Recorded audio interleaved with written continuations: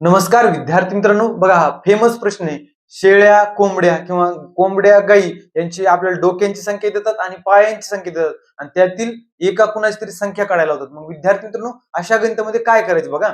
काय दिलं, एका गोठ्यात काही शेळ्या व कोंबड्या आहेत. ठीक आहे, काय अडचण नाही. काही काही शेळ्या आणि काही कोंबड्या आहेत, बरोबर. पुन्हा काय म्हणते, त्यांच्या डोक्यांची संख्या 16 आहे. म्हणजे यांची जर बेरीज केली तर 16 येते. ती जर किती जण आहेत, एवढे एवढे शेळ्या आहेत, एवढे एवढे कोंबडे आहेत, ती जर मिक्स केलं तर किती 16 होतात. पुन्हा काय दिलं, त्यांच्या पायांची एकत्रित संख्या, सगळ्यांच्या पायांची बेरीज करून दिली, किती दिली, 44 दिली. विद्यार्थी मित्रांनो, एका शेळीला किती पाय असतात, 4 पाय असतात. किती, 1 2 3 4 पाय. आणि कोंबडीला किती पाय असतात, 2 पाय असतात.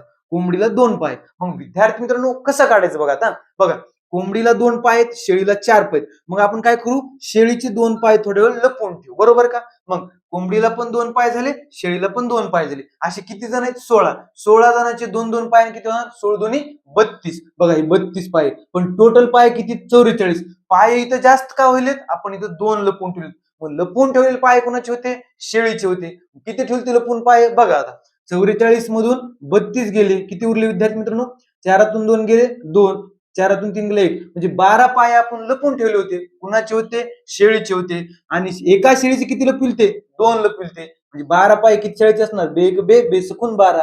म्हणजे शेळ्याच किती असणार, 6 शेळ्या असणार. आणि आपला प्रश्न पण तोच होता, शेळ्यांची संख्या किती, 6. शेळ्यांची संख्या 6 म्हणलं तर कोंबड्या किती येणार, बघा इथे 6 ठेवा. 6 मध्ये किती मिसळा येणार, 10. कोंबड्या किती असणार, 10. धन्यवाद.